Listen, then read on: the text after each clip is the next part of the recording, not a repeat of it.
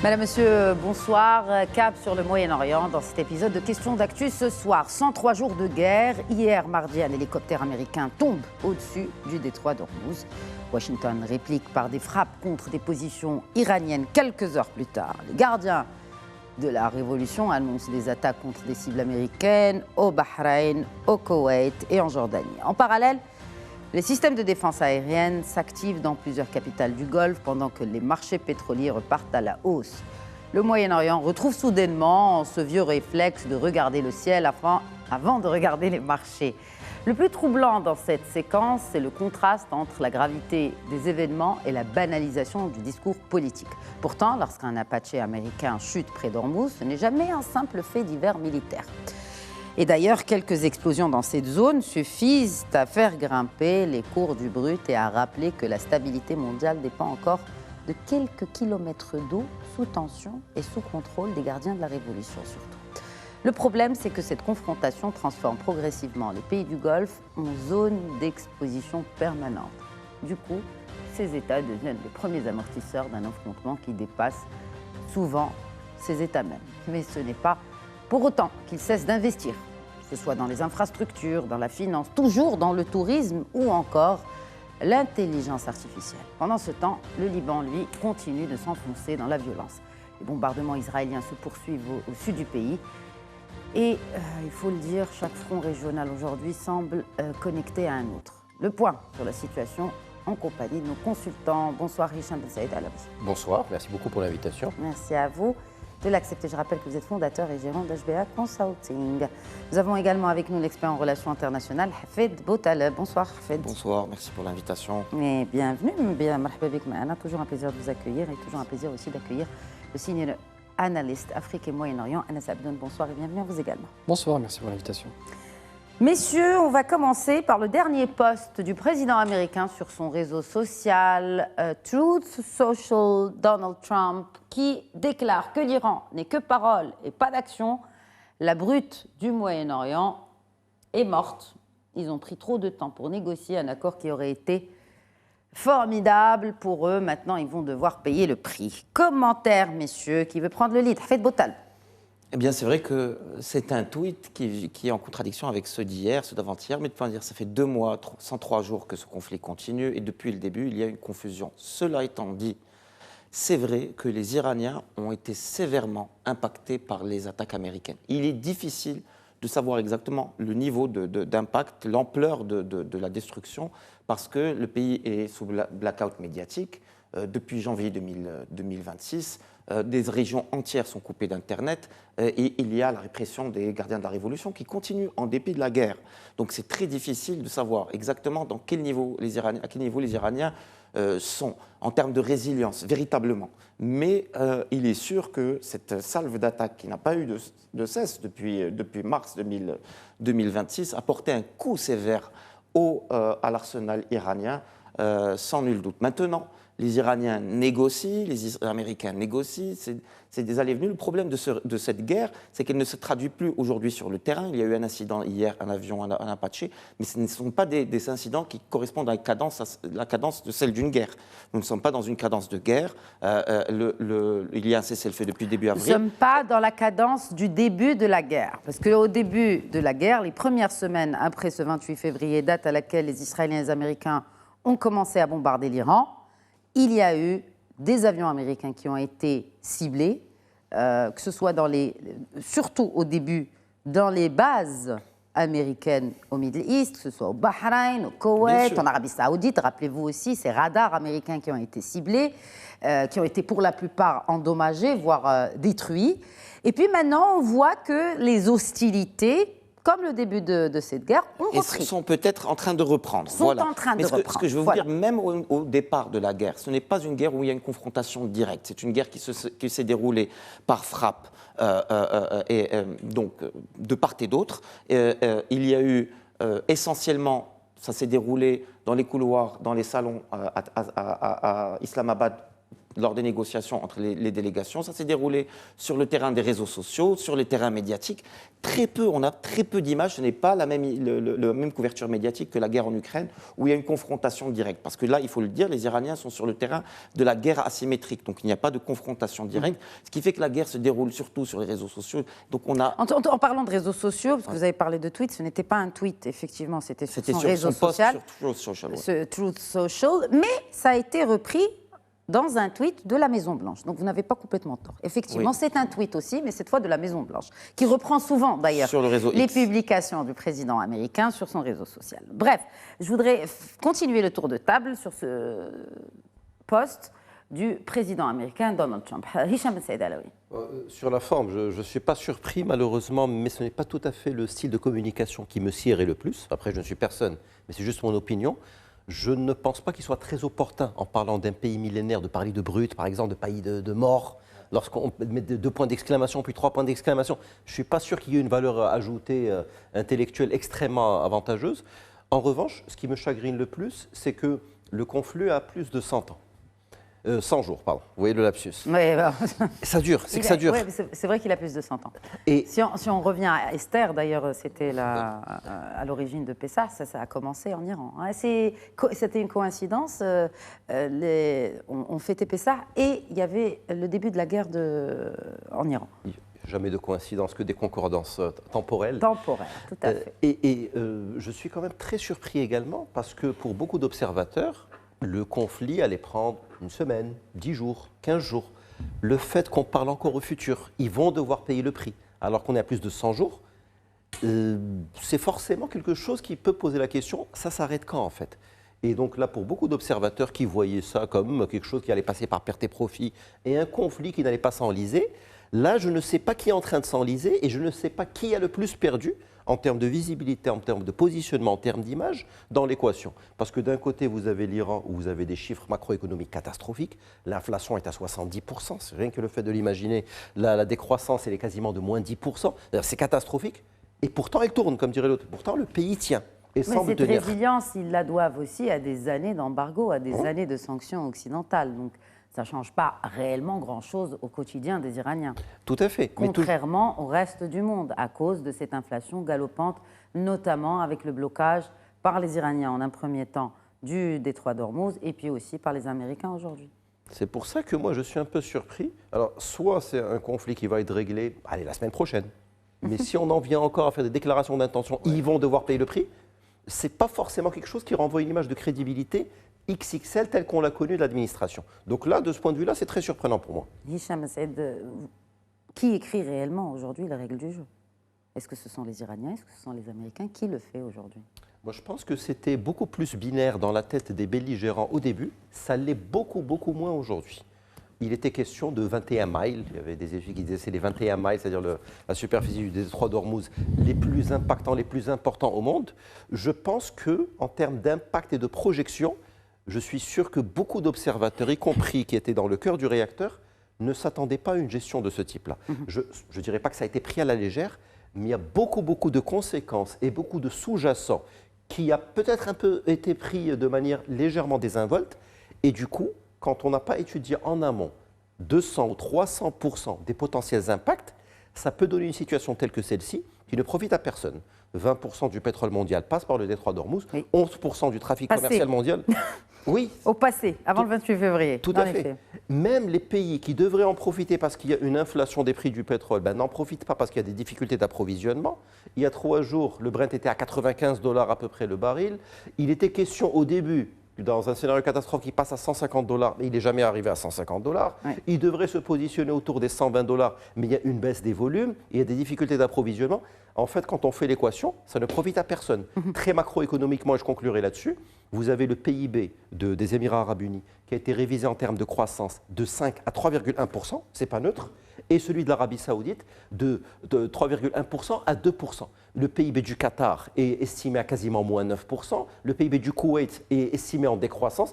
En fait, ça ne profite à personne. Regardez la zone euro, regardez des zones comme la zone Méditerranée, zone Afrique, États-Unis, non. Ça ne profite à personne. Donc, je pense qu'on est dans une sorte d'enlisement. Et le plus inquiétant, c'est qu'on ne voit pas forcément le bout du tunnel parce que les projections font état d'effet d'annonce, mais pas forcément de très concret à horizon 1 semaine, 2 semaines, 3 semaines. On va revenir aussi à cette déclaration hier assez intéressante et très importante à surveiller et à analyser de près du ministre des Émirats arabes unis de l'industrie, Sultan Ahmed Al-Jaber, par rapport à la reprise de la production de pétrole. Mais avant, commentaire complémentaire sur cette nouvelle décision du président américain, je ne dirais pas de suspendre les négociations, mais en tout cas de reprendre les hostilités, c'est sûr. Et aujourd'hui, ils vont devoir payer le prix, les Iraniens. Oui, je crois que, comme le disaient mes collègues, on est à 103 jours au niveau depuis vraiment le déclenchement de la guerre. On doit être peut-être à 15 ou 16 déclarations de ce type-là de la part de Donald Trump. Et ça montre effectivement une forme de décorrélation intéressante. C'est-à-dire que Donald Trump, plus on a l'impression qu'il s'agite sur les réseaux sociaux, que ce soit le sien ou à travers les comptes de la Maison-Blanche, moins il a d'impact sur le terrain. Et on a l'impression qu'on ressent un petit peu une frustration entre l'incapacité, effectivement, de promettre ce qu'il avait promis, non seulement au monde et au peuple américain, à savoir une guerre propre, rapide, avec un véritable impact sur la région et sur le terrain. Ça, c'est la première des choses. Le deuxième élément, je rejoins ce qu'a dit Hafid Boutaleb sur le brouillard de guerre au niveau des Iraniens. Bon, ce n'est pas spécifique aux Iraniens. Dans toute guerre, de toute façon, il y a toujours cette asymétrie au niveau de la communication et de l'impact réel. Il y avait, pendant cette période de trêve, un article très intéressant du New York Times qui montrait qu'il y avait peut-être plus de 60 d'appareils, et je parle d'appareils aériens, donc des avions et surtout des avions de ravitaillement américains qui avaient été touchés durant la guerre. Et de surveillance. Et de surveillance qui avaient été touchés pendant la guerre. On se souvient que la communication du Pentagone, c'était 3 ou 4 maximum.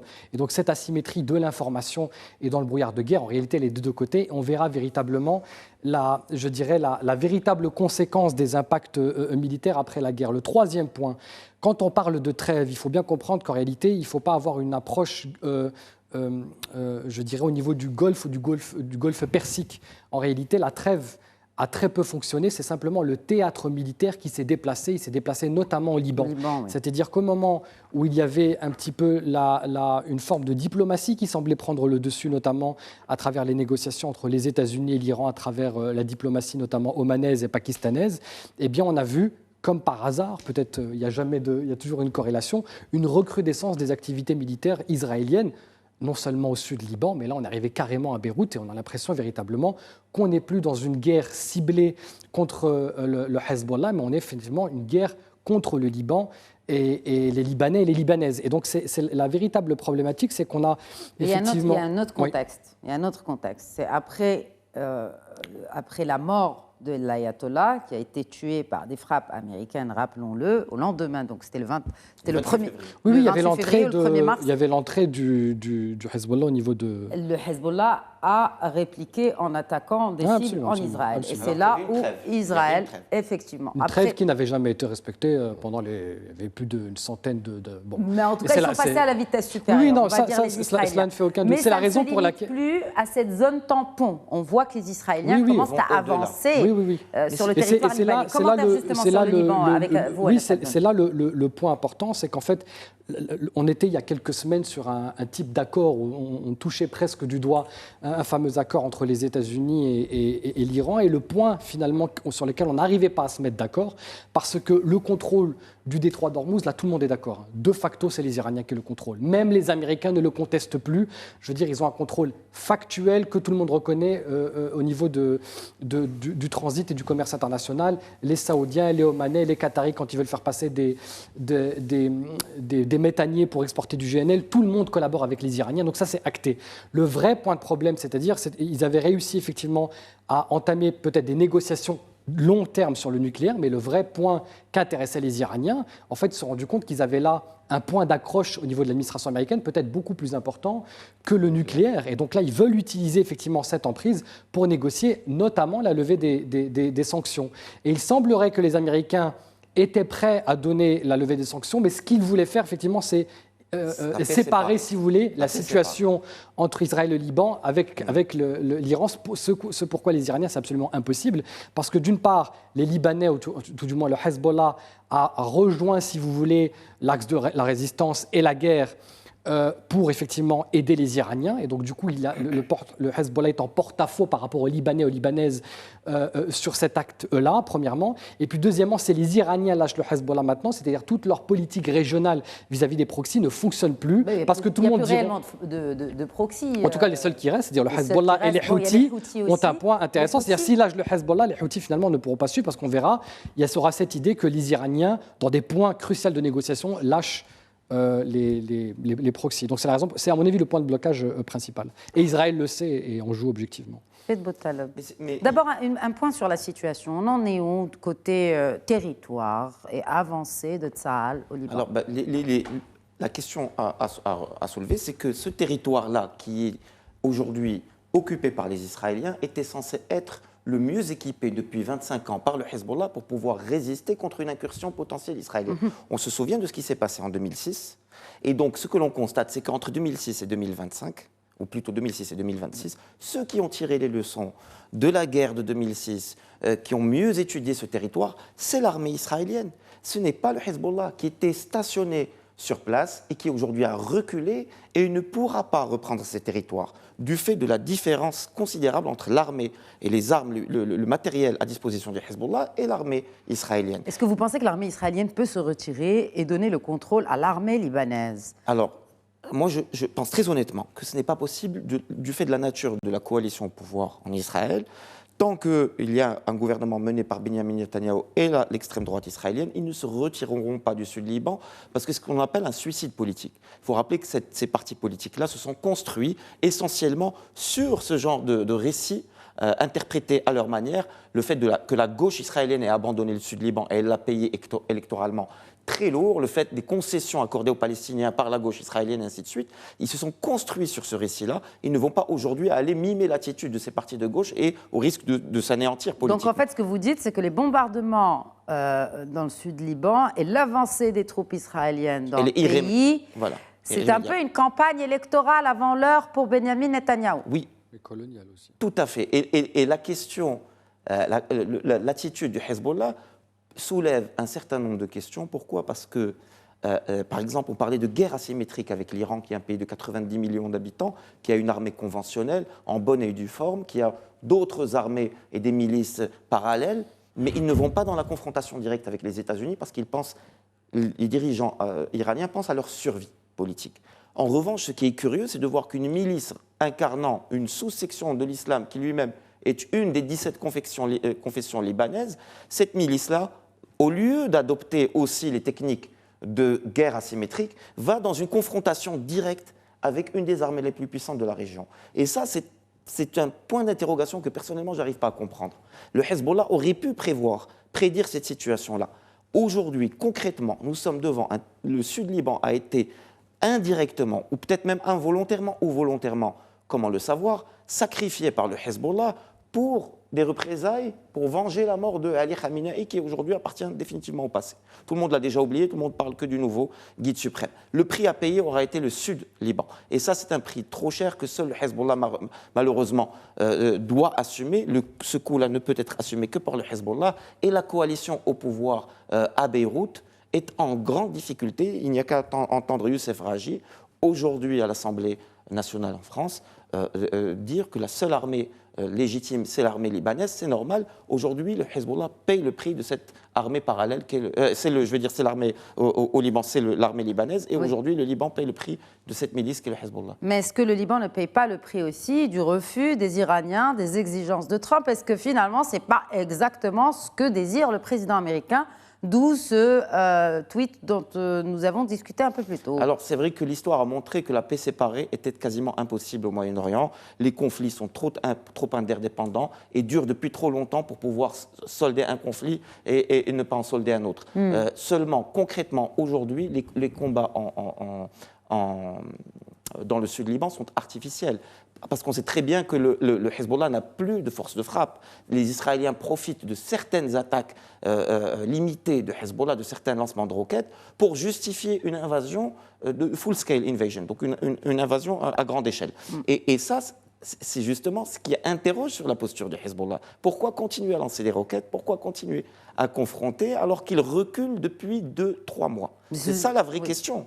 C'est qu'il ne cesse de reculer.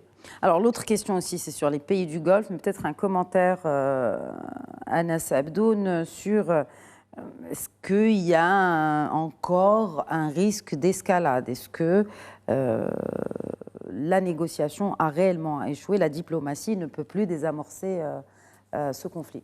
Non, je crois qu'on peut voir effectivement dans les prochains jours ou dans les prochaines semaines une forme d'escalade, c'est-à-dire effectivement une recrudescence soit des attaques américaines et des représailles iraniennes au niveau des pays du Golfe. Cela dit, il n'y a pas d'option militaire pour résoudre ce problème. C'est-à-dire, en fait, la seule option militaire que la plupart d'ailleurs des officiers et des généraux du Pentagone ont dit pour régler le problème, il faut effectivement faire une invasion totale de l'Iran avec des troupes au sol, ce qui va coûter effectivement des milliards et des milliards de dollars, qui va coûter des dizaines de milliers d'hommes en termes de coûts humains. Et ça, non seulement Donald Trump n'en veut pas, les Américains n'en veulent pas. Et d'ailleurs, même la solidarité que l'on a effectivement entre les États-Unis et Israël est en train de s'effriter, même au niveau de l'opinion publique. Vous avez le Pew Global Research qui a montré qu'effectivement, vous avez 60% des Américains qui ont une opinion défavorable d'Israël. C'est le record de ces 25 dernières années. Sur la tranche 18 à 34 ans, ça a triplé par rapport à ces 3 dernières années. Donc il y a un vrai divorce. Et d'ailleurs, c'est la raison pour laquelle, effectivement, on voit effectivement qu'on a un Premier ministre israélien qui, en fait, je suis d'accord avec Hafid sur une partie de l'analyse. C'est-à-dire qu'en fait... c'est une première. Oui, c'est une première. C'est une première sur ce plateau. Il faut la souligner.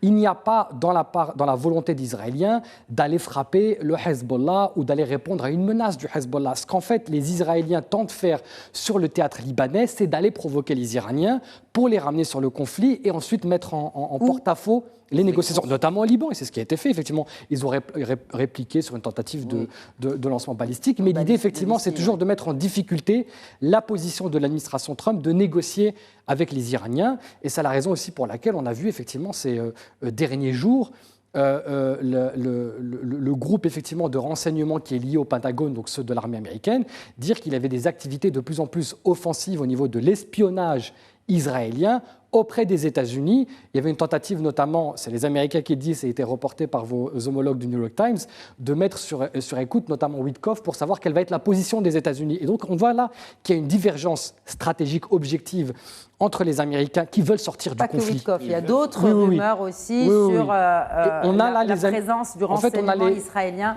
dans les appareils sécuritaires américains. On a les Américains en fait, qui prennent acte de l'impossibilité de résoudre le conflit par la force, et donc il va falloir donner des concessions.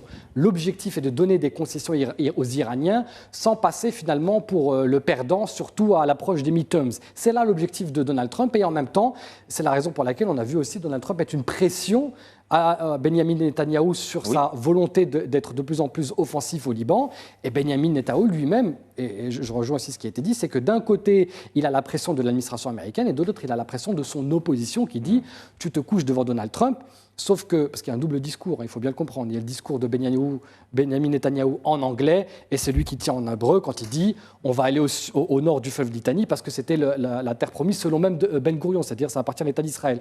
Donc il y a aussi un élément effectivement de politique interne, que ce soit aux États-Unis et en Israël qui joue, et les Iraniens, objectivement, jouent la carte du temps, parce qu'effectivement, la carte du temps... Est-ce que les Iraniens ont intérêt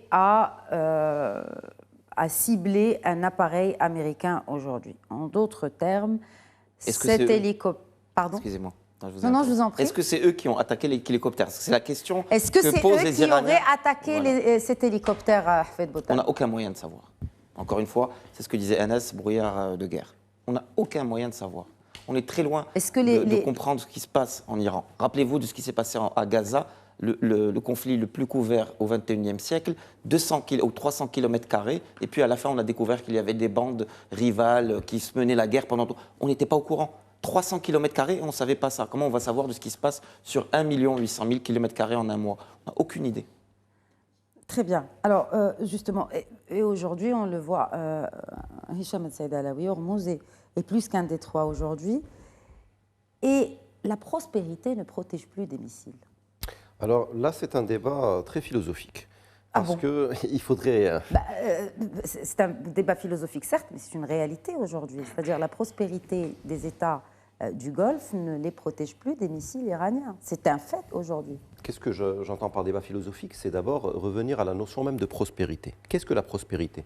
Est-ce que c'est la prospérité économique, c'est-à-dire le PIB, la somme des valeurs ajoutées? Est-ce la prospérité démographique? Si vous pesez 11 millions d'habitants, ce n'est pas la même chose que si vous pesez 400, 500 ou 1,8 milliard. Est-ce que c'est la prospérité en termes d'attractivité de diverses nationalités? Est-ce que c'est la prospérité technologique, la prospérité de l'information? Disons que nous parlons de pays riches. Il coche toutes les cases que vous venez d'évoquer. Peut-être pas forcément sur la démographie, et notamment la démographie intrinsèque. Si vous avez 11% de natives, de population domestique, c'est la moyenne que vous avez dans les pays du Golfe. Ce qui fait que dans un pays comme le Qatar, la population domestique, c'est 300 000 habitants. Dans un pays comme les Émirats, la population domestique d'origine émirati, c'est 1,1 million, 1,2 million. Est-ce que, indépendamment de tous les excédents budgétaires que vous pouvez avoir, indépendamment de tous les fonds souverains, indépendamment de la diversification très salutaire de l'économie, est-ce que c'est suffisant, lorsque les temps sont durs et qu'il y a réellement péril en la demeure, est-ce que c'est suffisant pour sécuriser sa pérennité, d'autant plus que là, on l'a vu, c'était un stress test grandeur nature, en termes d'attachement indéfectible au territoire, on a vu quand même beaucoup d'expatriés quitter le pays, parfois à la demande de leur diplomatie et parfois à leur initiative propre. Et on a vu beaucoup d'impact aussi bien sur les ressortissants locaux, même s'il y a eu des contre-feux, parce qu'il y avait même des lois qui sont passées où les gens étaient passibles jusqu'à 2 ans d'emprisonnement et 50 000 € d'amende s'ils communiquaient sur la guerre en des canaux non officiels, par exemple. Et de l'autre côté, en termes de volonté de continuer à attirer des touristes, vous savez que par exemple à Dubaï, beaucoup d'hôtels ont baissé leur prix de 65%. Qui était complètement hallucinant 12 mois plus tôt, en mars 2025, penser que les prix en peak season allaient être autant diminués. Donc je dirais, oui, il y a des excédents budgétaires, oui, il y a de l'argent, mais je dirais que la prospérité ne peut jamais s'analyser à l'aune d'un simple excédent budgétaire. C'est d'abord combien vous avez d'hommes capables d'aller au front, pour parler très trivialement, si les choses devaient se corser. De quelle puissance mondiale avez-vous le pouvoir effectif? Pas le pouvoir sur le papier, le pouvoir effectif, c'est-à-dire des gens qui peuvent engager des dizaines de milliers de troupes, des dizaines de milliards de dollars pour vous, pour qu'en cas de difficulté, qui viennent vous sortir d'ennuis majeurs. Et là, ce qu'on a pu voir en stress test grandeur nature, c'est qu'il y a certes des excédents budgétaires, il y a une excellente gestion des économies des pays du Golfe, beaucoup de diversification, avec de l'industrialisation, avec des ressources pétrolières, avec du tourisme, avec des services, beaucoup de choses. Mais lorsque vous avez quelque chose de cette ampleur, avec un impact sur des infrastructures logistiques, sur un circuit d'approvisionnement, et on l'a vu aussi, même si le parallèle n'est pas tout à fait vrai, il y a quand même beaucoup de proximité culturelle, je vais sortir des pays du Golfe, entre le Liban et la France par exemple. Ça a coûté peut-être lundi une réunion du Conseil de sécurité. Mais qu'est-ce que ça a changé concrètement dans les faits pour le quotidien d'un Libanais? Je dirais pas grand-chose pour mettre les pieds dans le plat.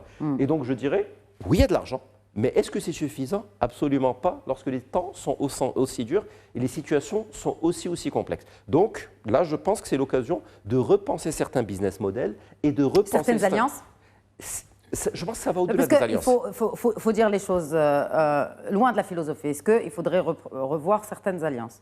Je pense que les pays du Golfe ont fait les choses qu'ils devaient faire. Ils ont excellemment géré. Ils ont été très bons sur la diversification de leur économie, sur l'attractivité des IDE, sur le fait de nouer des alliances, sur le fait d'investir en des temps de paix, en attirant des investisseurs, en allant dans certains sens voulus par la communauté occidentale internationale. Je pense qu'ils ont brillamment joué le coup. Le seul problème, c'est qu'en cas de vraies difficultés, comme on a pu voir depuis 100 jours, si vous devez compter vos vrais amis, ceux qui vont vous aider, à coup de dizaines de milliers d'hommes, comme j'ai dit, etc., là, c'est joker. Et c'est à leur péril, à leurs dépens qu'ils l'apprennent.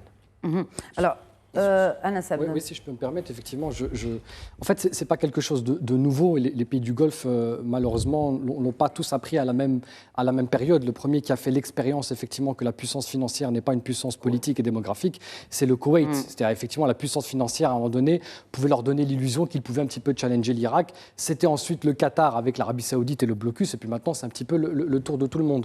Cela dit, est-ce qu'il y a un basculement au niveau des alliances? Évidemment. Je veux dire, ça, non seulement ils ont pris acte effectivement que mettre la protection et la sécurité au niveau des États-Unis avait un coût. Les Européens se sont rendus compte qu'effectivement avec l'OTAN ça commençait à être problématique lorsque les États-Unis ne voulaient plus jouer le jeu, notamment avec l'administration Trump. Et maintenant c'est au tour des Arabes du Golfe de s'en rendre compte. On a déjà vu effectivement des repositionnements de la part du ministre des Affaires étrangères du Qatar qui disait de toute manière les Iraniens ont toujours été là, vont toujours être là, donc on doit composer avec eux. Et puis on a vu aussi un formidable pied de nez il y a à peu près 15 jours, 3 semaines, 15 jours, je crois, c'est le repositionnement du sultanat d'Oman qui en fait a renforcé ses liens diplomatiques, économiques et commerciaux avec la République islamique d'Iran. Et effectivement, il y a eu aussi un poste de Donald Trump qui était en fort désaccord, mais en fait parce que l'ensemble de ces pays-là comprennent une chose, c'est qu'effectivement, le fait d'avoir misé exclusivement sur les États-Unis, qui est la première puissance militaire au monde, cela ne fait aucun doute. Maintenant, est-ce que la première puissance militaire au monde va se mettre en difficulté pour vous protéger? Il y avait un petit peu le syndrome du bouclier du désert du Koweït à l'époque. Effectivement, oui, mais on l'a vu aussi. Il faut rappeler aussi, puisque vous rappelez des faits historiques, il faut rappeler aussi que les Américains, depuis Obama, se sont retirés. Absolument. Non, en partie le pivot, c'est-à-dire le Moyen-Orient, n'était plus le centre de l'attention de l'administration américaine. Absolument. Il y a eu une mise à jour parce que les indices géoéconomiques en fait ont changé. Oui. L'élément fondamental, c'est qu'effectivement, autant les Américains à l'époque, dans les années 90, sont venus protéger le Koweït avec l'opération Bouclier du désert, Tempête du désert, et puis on va en Irak, on se dit formidable, ils ont un rapport à l'Alliance qui est incroyable. En fait, non, c'est parce qu'à ce moment-là, ils étaient importateurs nets d'énergie et de pétrole, et qu'en fait, ce qui venait sécuriser, c'était pas la monarchie koweït ou le peuple koweïtien, ce qui venait sécuriser, c'était les assets économiques des Américains, notamment l'énergie. Sauf qu'entre 2015 et 2016, effectivement, avec la découverte du pétrole de schiste, de gaz de schiste, des technologies d'extraction, notamment sur la fracturation hydraulique, eh bien, les Américains sont devenus exportateurs nets, donc on a moins besoin d'énergie. Donc finalement, le Moyen-Orient est moins important. Là où l'erreur, à mon sens, pour le coup, sur la puissance financière, c'est de dire on se rend bien compte qu'on n'est plus indispensable parce que ce qu'on avait à offrir en échange, le fameux pétrole contre sécurité, eh bien le pétrole ne tient plus. On va essayer de le remplacer avec les investissements directs étrangers. Et on se souvient en 2022 ou 2023 de la tournée de Donald Trump dans les pays du Golfe. On leur avait promis sur les investissements directs étrangers, juste avec l'Arabie Saoudite, les Émirats Arabes Unis et le Qatar, plus de 1 000 milliards de dollars. En fait, l'idée, c'est on va injecter de l'argent dans l'économie américaine et en échange, on devient un asset économique. Et puis, on voit que ça ne fonctionne pas parce que l'investissement direct étranger n'est pas un asset aussi stratégique que l'énergie. Et donc, c'est la raison pour laquelle on voit aujourd'hui que les pays du Golfe se rendent compte de ce basculement et donc ils doivent de plus en plus composer avec les Iraniens. Ils sont déjà en train de le faire. Qui ? Vous le dites, Alors, les Qataris sont déjà en train de le faire. Les Saoudiens avaient déjà commencé en 2023 avec cet accord de réconciliation. Et on sait que malgré, effectivement... Est-ce qu'il y a des alliances? Quand je parlais tout à l'heure d'alliances, est-ce qu'il y a des alliances au sein même de ces pays du Golfe qui sont en train de se redessiner? C'est dans ce sens-là. Au sein même du pays du Golfe, on est davantage dans la division. Parce qu'il y a toujours effectivement cette division de leadership et sur ce positionnement, notamment vis-à-vis de l'Iran, mais aussi vis-à-vis d'Israël, qui est en fait entre le front de l'Arabie Saoudite, du Qatar et de Oman et celui d'Israël et des Émirats Arabes Unis et de Bahreïn, qui sont plutôt proches atlantistes. Mais après, peut-être il y a un autre élément, c'est cette retenue tacite qu'il y avait vis-à-vis de l'Iran, qui aujourd'hui se maintient difficilement. Parce que, effectivement, c'est le voisin non, pas que personne ne pouvait défier, mais c'est un voisin qui est là depuis longtemps. On connaît cette animosité, entre guillemets, entre les pays du Golfe, à majorité sunnite, et l'Iran. Et aujourd'hui, on va dire que cette retenue a été coupée, cassée. Donc la question, finalement, qui profite de ce désordre régional? Ce n'est pas l'Iran, ce n'est pas les monarchies du Golfe, ce n'est pas les pays du Golfe qui les États-Unis en profitent. Quand même. C'est vrai qu'il y a cette réaction des pays du Golfe comme le Qatar et Oman, mais il y a un autre bloc, et c'est ce que tu disais à la fin, qui sont les Bahreïn et les Émirats Arabes Unis, qui sont, eux, en revanche, tirent des conclusions totalement différentes. Le Bahreïn et les Émirats Arabes Unis, quand on entend leurs dirigeants, souhaitent davantage de matériel militaire américain parce qu'ils le disent dans les statistiques après 3 mois de conflit, eh bien, c'est les intercepteurs et le matériel militaire américain qui les a les plus protégés. C'est leur conclusion, c'est les conclusions qu'ils tirent de 3 mois de confrontation balistique avec l'Iran. Il y a aussi la volonté de ces pays d'avoir beaucoup plus de présence économique aux États-Unis pour pouvoir garantir une présence américaine au moment où, comme vous le dites, le pétrole de schiste remplace l'extraction classique qu'il y avait dans les pays du Golfe et les États-Unis sont le premier exportateur, producteur en tout cas de pétrole dans le monde, ce qui a changé complètement la donne. Donc il faut davantage investir. Donc ils ne sont pas au contraire dans un désengagement vis-à-vis des États-Unis. Et ce qu'on peut constater, c'est que les États-Unis, aujourd'hui, ils ont des pros et des pros and cons. C'est-à-dire donc on est quasiment dans une dans une situation identique d'avant-guerre. Il n'y a pas eu un véritable changement tectonique dans les relations. Seul point d'interrogation, c'est l'Arabie saoudite. Parce que si on peut distinguer deux blocs distincts, il y a les Émirats arabes unis, le Bahreïn, le Koweït d'une part, le Qatar et Oman d'autre part, on peut mettre l'Arabie saoudite dans aucun de ces deux blocs. On ne peut ni les considérer comme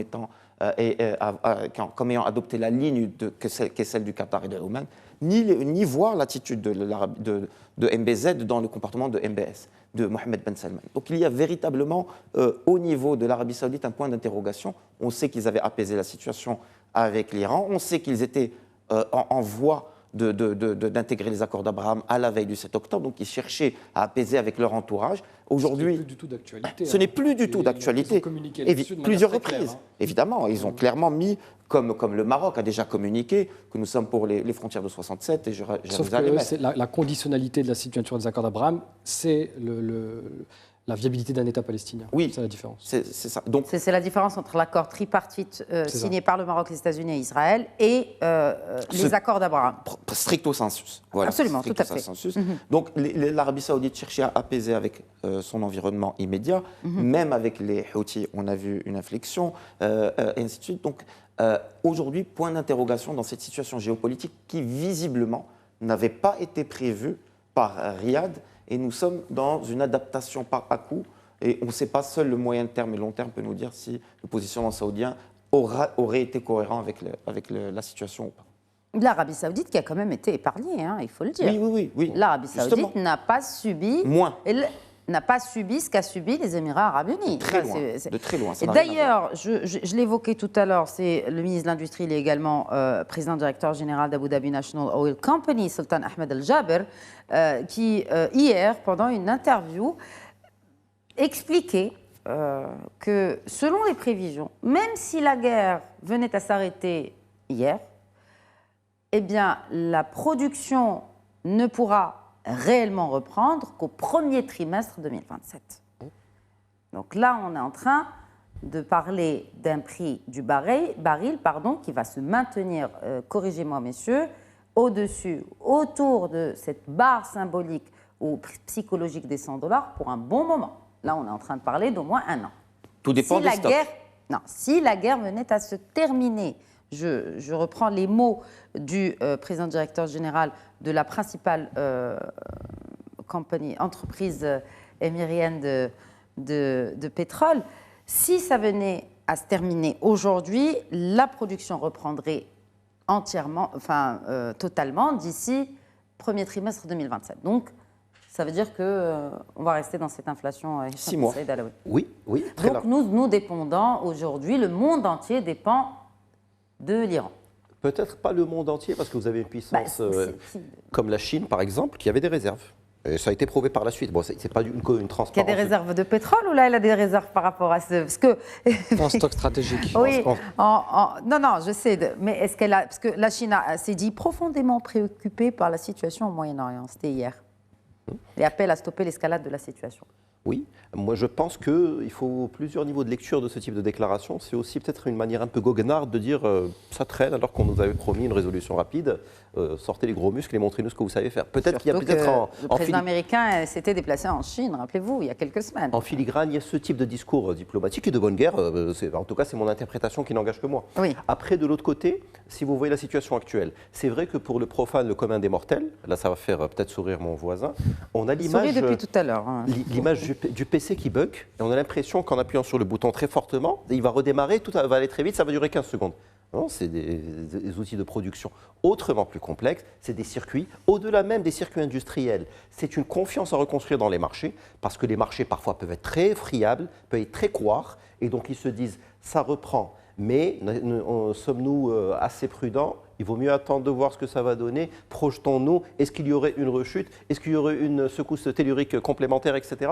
Donc là, effectivement, dans le meilleur des cas, ce qui est bien, c'est qu'on a une visibilité sur la projection du PIB d'un pays comme l'Arabie Saoudite, croissance qui a été revue de 3,1% à 2% de croissance du PIB, ce qui est très bas par rapport aux standards de cette région qui a tout pour elle, qui attire des touristes annuellement, qui s'est beaucoup diversifié dans l'industrie de manière extrêmement satisfaisante. C'est un business case à étudier de manière très satisfaisante ce qu'ont fait les Émirats arabes unis dans un second temps, mais surtout l'Arabie saoudite en termes divers. Ils continuent d'investir, c'est ça ce qui est intéressant. Oui, Ils continuent d'investir dans l'infrastructure, ils continuent d'investir dans le tourisme et ils continuent d'investir surtout dans l'intelligence artificielle. Vous savez, le budget du fonds souverain PIF, par exemple, PIF, c'est quelque chose comme 1200 milliards de dollars annuels. C'est beaucoup d'argent et c'est très substantiel.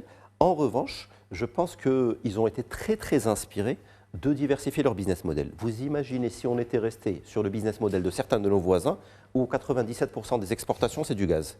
Et si vous avez une crise sur le gaz, l'économie tombe. Il n'y a pas d'autre mot. Là, en l'espèce, qu'ils arrivent à faire une croissance, certes avec une légère récession, mais qu'ils fassent une croissance, ça montre bien que tout ce qu'ils avaient estimé en termes de plan de continuité d'activité, de stress test, a été concluant. En revanche, moi je pense que ce qui fait le plus de dégâts, c'est l'absence de visibilité. Il fut un temps où les observateurs politiques étaient capables de vous dire à horizon 3 mois, 6 mois, 9 mois, voici l'outcome, guerre du Vietnam, Afghanistan, Irak. Là, honnêtement, beaucoup de gens, j'ai lu de tout. J'ai lu des gens qui vous disent c'est une question de jours. J'ai lu des gens qui parlaient de questions de mois. J'ai même lu certaines hypothèses pessimistes où disaient ça va être un conflit larvé pendant des années. Honnêtement, cette absence de visibilité est très très délétère. Qui a cette visibilité? Est-ce que les protagonistes eux-mêmes ont-ils cette visibilité? C'est là que se pose la question du why, du pourquoi. Parfois, vous avez de la visibilité quand vous allez dans un conflit, bien préparé, pas assez bien préparé, vous avez les moyens, pas les moyens, mais vous savez pourquoi vous y êtes allé. Mais là, est-ce qu'on est capable de répondre à une question préliminaire? Pourquoi en fait il y a eu ce conflit? Qu'est-ce qui s'est passé? Est-ce que toutes les parties prenantes y sont allées convaincues dans un but précis? But louable, pas louable, salutaire, pas salutaire, romantique, pas romantique? Pourquoi certains belligérants, et non des moindres, sont rentrés dans le conflit? Qu'avaient-ils à y gagner? Et je pense que quand on n'a pas cette clarté d'esprit, tout le reste va suivre dans une logique un peu opaque, parce qu'on ne sait pas très très bien pourquoi on a mis le pied dans quelque part. Je sais pas, ça a été le fourberie de Scapin. Qu'allait-il faire dans cette galère? Pourquoi certains belligérants, et non des moindres, y sont allés? Et donc eux-mêmes ont du mal à se projeter, parce que peut-être que pour certains au fond d'eux, ils ne savent pas toujours pourquoi ils sont allés. Oui, mais du coup, les dommages collatéraux sont bien importants, ils sont bien là pour durer. Anas Abdoun, un commentaire sur justement cette reprise de la production pétrolière. On n'en a pas parlé, on en parle moins. Vous avez parlé de 20% de la production mondiale du pétrole. Il y a 30%, n'est-ce pas, Anas? Non, 30% de gaz qui passe par le... Et 11% du commerce de mondial. GNL. Et 11% du commerce. Et puis si je parle de gaz aussi, je parle du soufre et je parle des engrais, je parle de la sécurité alimentaire. Donc là, l'engrenage, il est beaucoup plus important qu'il en a l'air, parce qu'on ne parle que de pétrole. Ben, oui, le pétrole, c'est bien, la nourriture, c'est mieux. Oui, alors je rejoins la déclaration d'Adnoc, qui avait d'ailleurs été précédée par la déclaration du PDG de Saudi Aramco. Parce qu'à partir du moment en fait, où vous augmentez la production et que vos capacités de stockage, je parle des capacités de stockage régionales, vos bacs de stockage sont arrivés au maximum, vous devez arrêter la production. Et sauf, bon, je vais schématiser ou un petit peu vulgariser, ce n'est pas un robinet. Si on le ferme, on ne le rouvre pas aussi facilement. Ça demande beaucoup de maintenance, beaucoup de réinvestissement. Et donc, c'est très technique et c'est très complexe. Ça, c'est la première des choses. La deuxième des choses, effectivement, c'est que ça a un indice, effectivement, sur les marchés. C'est-à-dire, en fait, vous avez l'ensemble de la reconfiguration des marchés. C'est-à-dire, si demain, la guerre s'arrête, non seulement vous allez avoir la demande normale de l'ensemble des pays importateurs, mais vous allez aussi avoir la demande des stocks stratégiques de la plupart des États qui vont devoir les remplir très rapidement, parce que les mêmes stocks maintenant sont vides. Et du coup, c'est comme si on doublait un petit peu la demande, et donc forcément, ça va maintenir les prix élevés. Et puis, troisième élément, c'est qu'on a eu effectivement des basculements de ressources alternatives. À partir du moment où vous aviez, par exemple, un certain nombre de pays d'Asie, notamment d'Asie du Sud-Est, qui importaient massivement du gaz naturel liquéfié du Qatar, que le Qatar n'exporte plus de gaz naturel liquéfié. Il y a quelques, effectivement, méthaniers de GNL qui circulent, mais je veux dire, le gros de la production est à l'arrêt, n'exporte plus. Et bien, l'ensemble de ces pays-là, effectivement, tentent de rediversifier rapidement. On réouvre à niveau les champs centrales à charbon, les centrales à charbon, pardon, ce qui effectivement a une incidence pour nous au Maroc. On voit effectivement notre électricité vient principalement du charbon. On importe le charbon à peu près à 70 000 tonnes par semaine. Du coup, ça a un impact sur nos prix. Et puis, vous avez aussi l'ensemble des conséquences sur les autres sources. Je parle du soufre, effectivement. L'OCP, par exemple, avait signé un contrat à terme avec les Saoudiens, non, pardon, avec les Qataris. Et avec les Émiratis, les deux sont dans l'incapacité de fournir, effectivement. Vous aviez, je crois, il y a 2 ou 3 semaines, un bateau de ADNOC qui a été à Jolf, alors que normalement, le CP, c'est un peu plus de 8 millions de tonnes d'importés. Donc là, il y a une vraie problématique de soufre. Sans soufre, pas d'engrais. Et donc, ça a un impact considérable dans l'économie, et au Maroc aussi, d'ailleurs. Dans le Maroc et en Afrique, parce que beaucoup de pays africains, dont l'agriculture, dépend fortement bien sûr, de ces engrais marocains. Alors, c'est intéressant, parce que depuis le début de l'émission, je suis ce qui se passe un peu sur les déclarations. Il y en a beaucoup sur les réseaux sociaux. Fait intéressant, c'est le président américain. Bon, après le post sur Truth Social. Non, là, il passe à quelque chose de complètement différent. Là, c'est la politique intérieure. Et Hafez Boutaleb, vous savez très bien qu'il y a un grand rendez-vous électoral très bientôt. À part les célébrations du 250e anniversaire de l'indépendance des États-Unis, du 80e anniversaire du président américain. Mais le président américain, aujourd'hui, annonce en grande pompe la loi Secure America Act, la SAC. Le projet de loi fournit un financement crucial pour les enquêtes des forces de l'ordre national et la lutte contre l'exploitation des enfants, poursuivant le travail pour rétablir la loi et l'ordre à travers la nation et protéger la jeunesse américaine. Donc, comme vous disiez tout à l'heure, qu'il y avait un certain Premier ministre israélien qui avait 2 discours, un en anglais et un en hébreu, donc ça dépend de... Là, concrètement, le président américain, ce qui se passe en Iran, voilà, c'est réglé avec un tweet, on va bombarder, etc. Mais ce qui compte réellement aujourd'hui pour l'administration américaine, c'est l'opinion publique américaine à la veille de ces midterms. Oui, si Donald Trump réussit à terminer cette guerre avec les Iraniens renonçant à l'option militaire, ou en tout cas la reportant au mandat d'un autre président, ou dans 10 ans ou à 5 ans, ça dépend des négociations, il pourra dire à son opinion « j'ai gagné, j'ai empêché une menace très importante en provenance d'Iran qui menaçait nos alliés et qui menaçait directement les États-Unis. » Il a déjà dit au début de la guerre, il a dit que l'Iran constituait une menace pour les États-Unis. Donc, et là-dessus, ce que vous venez de nous annoncer... Mais il y a aussi l'immigration. C'est de nouvelles mesures, l'application de nouvelles mesures d'immigration. Il y a des milliards qui vont être injectés dans le border control, dans le contrôle aux frontières. 26 milliards de dollars pour protéger la frontière et retirer les étrangers criminels du pays, a annoncé le président américain. Et tout ça sous la houlette de ICE. Ces fameux forces. Et là, ce que cherche à faire Trump. En gros, ce qui compte vraiment, ça y est, le dossier iranien, ça y est, on va reprendre les hostilités, mais ce qui compte vraiment pour l'administration américaine, c'est ce qui se passe aux États-Unis d'Amérique, qui accueillent une partie des matchs de la Coupe du Monde. De la Coupe du Monde. Ce que cherche Trump maintenant, en ce moment, il y a les départs en vacances aux États-Unis. Oui. On est en juin, le 4 juillet, c'est dans quelques semaines, c'est la préparation des vacances, donc les familles vont se retrouver et il cherche à ce que l'Iran ne soit pas un sujet de conversation. Donc, lorsqu'il parle de la protection de l'enfance, il replace au centre du débat l'affaire Epstein, qui est une affaire qui fait parler, donc qui peut éluder cette mésaventure en Iran. Et il cherche aussi là-dessus à relancer les débats sur l'immigration. Oui. Donc, en d'autres termes, il cherche à reconquérir le MAGA, la cible MAGA, en se délestant de cette guerre qu'il n'avait pas promise, qu'il avait promis au contraire de ne pas mener. Et donc, il essaye de faire oublier cette mésaventure. Il y a une autre ficelle que Donald Trump pourrait utiliser, c'est Cuba. C'est-à-dire que pour pouvoir redorer son blason à l'échelle internationale, et n'ayant pas pu réussir le scénario vénézuélien à Téhéran, parce qu'il a ignoré les éléments de contexte qui définissent la réalité iranienne. Les éléments de contexte, en revanche, au niveau de Cuba, sont différents.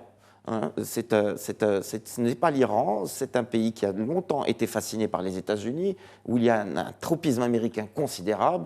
Le ministre des Affaires étrangères, secrétaire d'État aux Affaires étrangères, est un Cubain, de père et de mère, de sang, même s'il est aussi il est natif des États-Unis. Donc,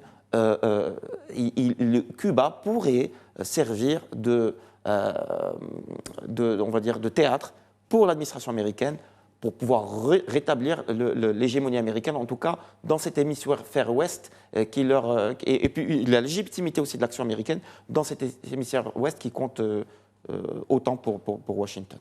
Si je peux me permettre, je crois que le principal angle de lecture, en réalité, c'est le vote qu'il y a eu au Congrès, qui demande effectivement à Donald Trump d'arrêter la guerre, qui n'a plus la possibilité, en tout cas d'un point de vue légal, de continuer la semaine dernière. C'est symbolique. Oui, symbolique, mais bien sûr, mais pourquoi c'est important? Parce que le vote est passé, parce que vous avez 3 élus républicains, les MAGA, qui, eux, effectivement, ont voté pour. Et donc, effectivement, il y a une forme Ils ont perdu à cause du président américain. Oui, mais parce ils ont perdu aux dernières élections. Il y a une déliquétence aussi en termes d'adhésion. Oui, de l'électorat MAGA, et je pense que là, l'idée, c'est de reconquérir... clairement un règlement de compte avec le président américain. On en a parlé avec Calvin Dark la semaine dernière sur ce même plateau. Mais une petite question, et on a très peu de temps, il nous reste 1 minute, on m'informe. Les marchés financiers, on a vu le S&P, le Nasdaq la semaine dernière qui a craché. Pourquoi et comment les marchés réagissent-ils finalement à ces ascenseurs émotionnels à coups de posts et de tweets divers? Hicham Ben Saïd Alaoui. Je dirais que les marchés réagissent beaucoup de manière assez similaire avec le marché domestique américain. C'est-à-dire à peu près 350 millions d'habitants, qui seront beaucoup plus concernés par une politique intérieure et par les effets d'une politique extérieure s'ils sont négatifs. C'est-à-dire, tant que ça ne m'atteint pas, ce qui se passe de l'autre côté de l'Atlantique, après tout, c'est plus une vue un peu métaphorique de l'esprit. Il n'y a par exemple qu'en France que vous avez pu avoir des élections européennes où parmi les thèmes majeurs de campagne, c'était la situation en Ukraine et la situation en Palestine. Parce que c'est une vue de l'esprit. Aux États-Unis, ce serait de la science-fiction, c'est pas possible. S'il se passe quelque chose de l'autre côté de l'Atlantique et ça impacte le prix du galion, là, ça commence à m'importer. Sinon, écoutez, c'est de la géopolitique avec Et je pense que les marchés réfléchissent exactement pareil. Est-ce que ce qui se passe à l'international, est-ce qu'il va impacter positivement ou négativement? Là, on est rentré dans une espèce de guerre longue, un peu une guerre de tranchées. Quand il y a une stabilité, quand ça s'enflamme, le baril est autour des $100, sinon on est autour des $90, il est possible que ça monte à $120. En fait, le marché n'est pas en train de réagir à horizon 4 heures ou 6 heures, parce qu'après tout, c'est une guerre où il ne se passe pas grand-chose. C'est une guerre où il y a beaucoup de passivité. Si on devait faire une frise, comme on le faisait quand on était au collège, par exemple, qu'est-ce qui s'est passé sur les 15 derniers jours, ou les 30 derniers jours, ou les 60 derniers jours? Qu'est-ce qui s'est passé concrètement si on devait mettre des dates et des heures? Il y a eu telle bagarre, telle bataille, il n'y a pas eu grand-chose. Ça n'évolue pas. C'est marrant que vous fassiez cette analogie qui... rappelle des pratiques scolaires. Oui, en fait, en termes de jeunesse. Oui, parce que autant peut-être le temps politique de l'époque était beaucoup plus lisible, là, honnêtement, depuis 90 jours, qu'est-ce qui s'est passé très concrètement? Je serais incapable de vous dire sur des éléments clés à mettre dans une frise pour les manuels historiques dans 10 ans ou dans 20 ans. Qu'est-ce qu'il y a eu en 3 mois? Pas grand-chose depuis le premier jour. C'est vrai. Rapidement, pour rappeler juste ce sur quoi portent les négociations. Du côté iranien, c'est la levée des sanctions, le droit au nucléaire civil. Ils sont d'accord pour abandonner le nucléaire militaire. Pas de paix séparée, donc ils ne veulent pas être tenus pour responsables de la perte du Sud-Liban, parce que c'est concrètement ce qui se passe. Le droit à un programme balistique, la fin de ce contre-blocus imposé par les Américains sur les ports de l'Iran au niveau de l'océan arabo-persique et du Golfe arabo-persique, de l'océan Indien, et enfin le droit de continuer à financer, à soutenir des milices à l'étranger, donc pas dans le territoire souverain iranien. Donc les Iraniens demandent, négocient le droit à l'ingérence. De l'autre côté, ce que demandent les Américains, c'est la fin des proxys, la fin du programme balistique. C'est l'opposé. L'ouverture, voilà, c'est l'opposé. Voilà. Et ils négocient aussi sur la levée des sanctions. Ça, c'est important. Merci Hafed Boutal. Merci d'avoir fini l'émission par, en fait, ce qui oppose ces deux ennemis jurés et qui nous pousse vraiment à nous poser cette question qui, je pense, va rester d'actualité. À quand la fin de cette guerre au Moyen-Orient? Merci Hafed Boutal. Avec plaisir. Merci Vanessa Abdou. Merci à vous. Merci Hicham Saïd Alaoui. Merci, ravi. Merci à vous de nous avoir suivis. Très bonne soirée.